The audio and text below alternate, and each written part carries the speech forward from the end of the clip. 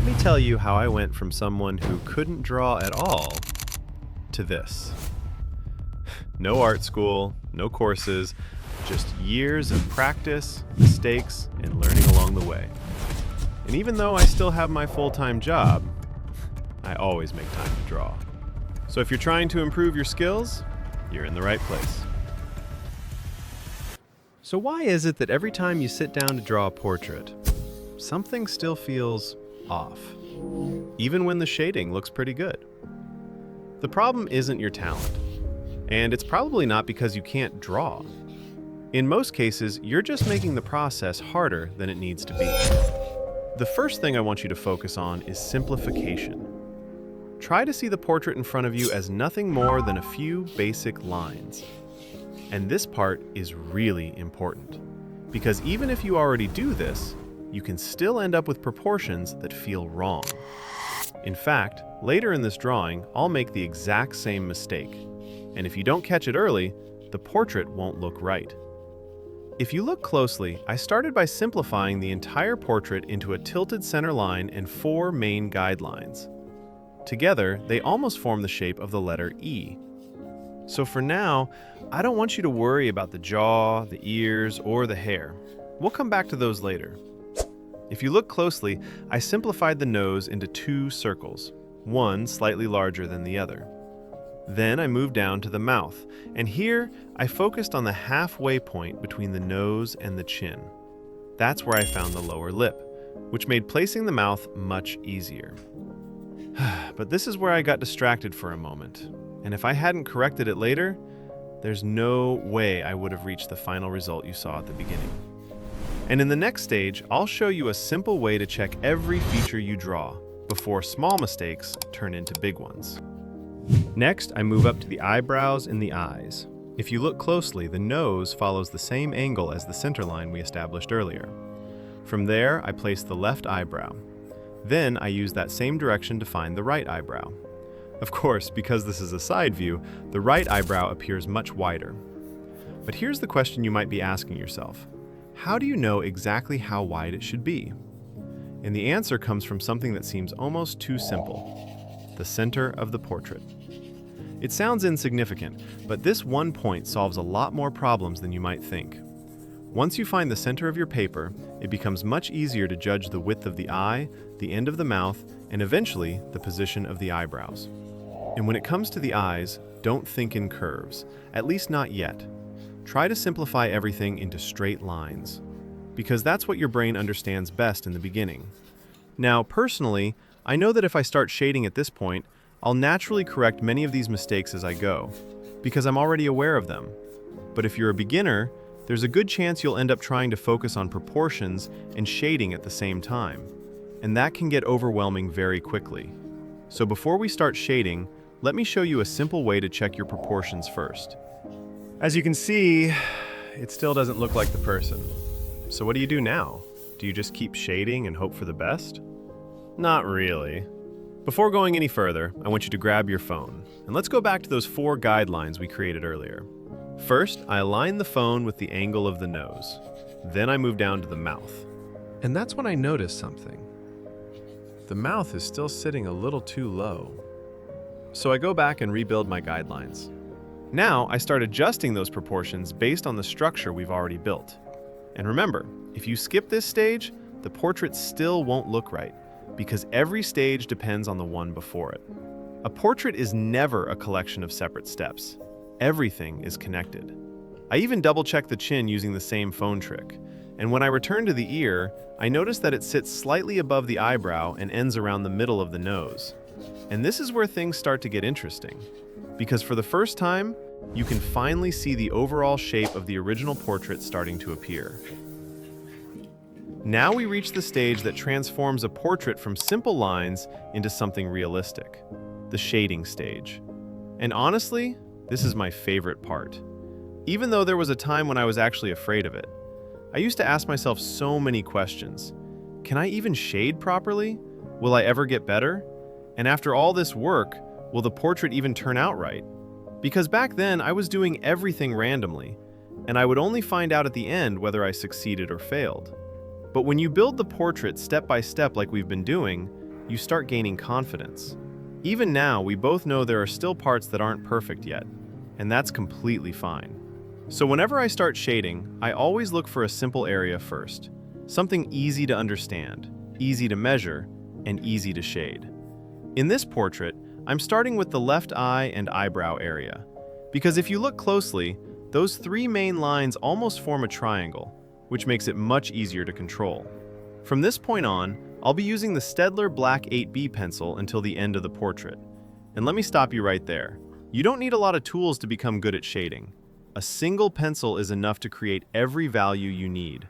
What matters most is consistency, and trusting yourself enough to keep trying. Because if I had listened to those fears years ago, I would have never reached the stage you're seeing now. Now, back to the portrait. I start with the nose, then move into the eye and the shadows underneath it. And this is another important trick. I never jump to a completely different area. I don't finish the nose and suddenly move to the ear. That doesn't make sense. Instead, I continue building from the area I just shaded. Because in shading, one part should naturally lead into the next. As I move down from the nose, I focus on the areas that receive less light.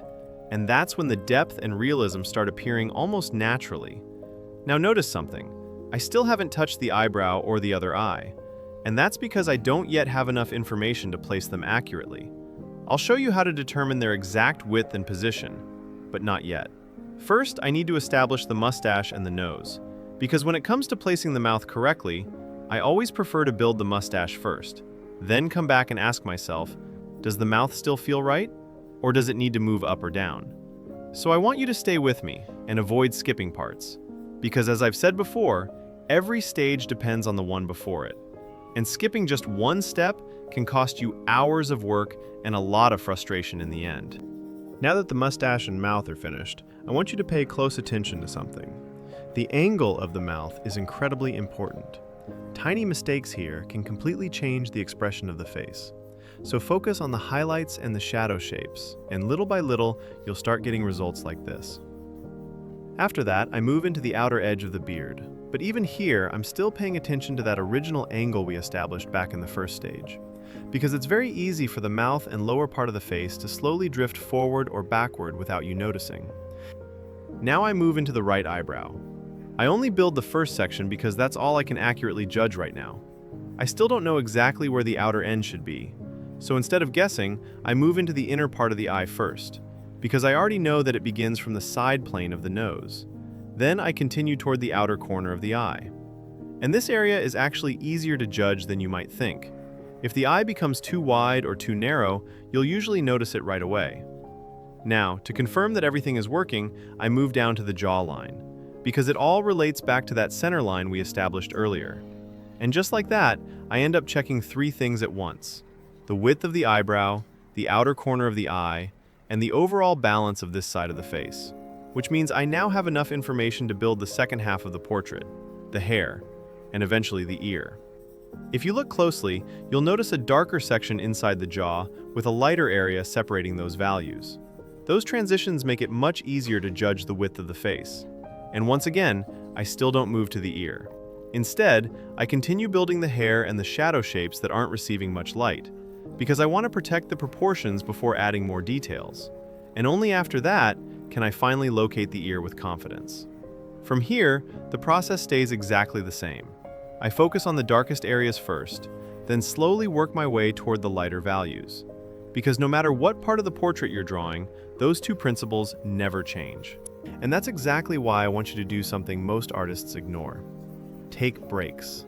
Seriously, don't sit there and finish the entire portrait in one go, especially during the shading stage. Sometimes I'll reach this point, step away for a few minutes, grab a drink, and completely take my eyes off the drawing. And when I come back, mistakes suddenly become obvious. You'll notice things that were invisible just a few minutes earlier, and you'll be able to fix them before building the next stage. Personally, this trick works incredibly well for me, because at the end of the day, we're not robots. And honestly, this might be the part nobody talks about. I make mistakes all the time. The difference is that I'm constantly checking my work before moving forward. That's why every new stage becomes easier. And from here, reaching the neck becomes much easier. Honestly, I'm not going to spend too much time on the clothing. There's nothing particularly difficult about it. It just takes time. Now, before moving to the forehead and the hair, you might have noticed something. I still haven't finished the eyes. And personally, I like saving them for the end, because after spending hours on a portrait, there's something special about adding the eyes and suddenly seeing everything come to life. And I know you've probably heard people say that you should always start with the eyes, because that's what gives the portrait its likeness. But here's the interesting part. We've done the exact opposite, and even without the eyes being finished, you can already tell it's the same person. Now, let's go back to the wrinkles. You don't have to copy every single one perfectly. Instead, focus on their overall direction and the darker areas between them. Those subtle changes are what create depth and realism. And they also help me find the hairline more accurately. The hair follows the same principle. I'm not trying to draw every individual strand. I just focus on the main flow, the larger groups, and the highlights. At this stage, I'll use an electric eraser. But if you don't have one, don't worry. You can achieve the same effect simply by leaving those areas white and shading around them. I mainly use it because it saves time.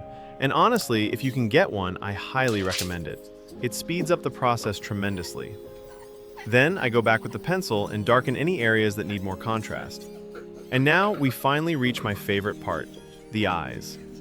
I don't want you to be afraid of this stage, because if you've followed everything we've done so far, you'll realize that drawing the eyes is actually much easier than you thought. You don't need some incredible skill, just pay attention to the values. The center of the eye is usually much darker, a few darker shapes around it, and that's really it. For the highlights, I use a white gel pen, but again, if you don't have one, simply leave those areas untouched and shade around them. And just like that, the portrait is finished. Now, I'd love for you to try these steps yourself, and come back and tell me what changed, what became easier, and which part still feels difficult, because I read every comment, and I'll do my best to help you. And if this video helped you, even by just 1%, I'd really appreciate it if you stayed with me by subscribing and leaving a like, because that support allows me to keep making videos like this, and hopefully help you improve one drawing at a time.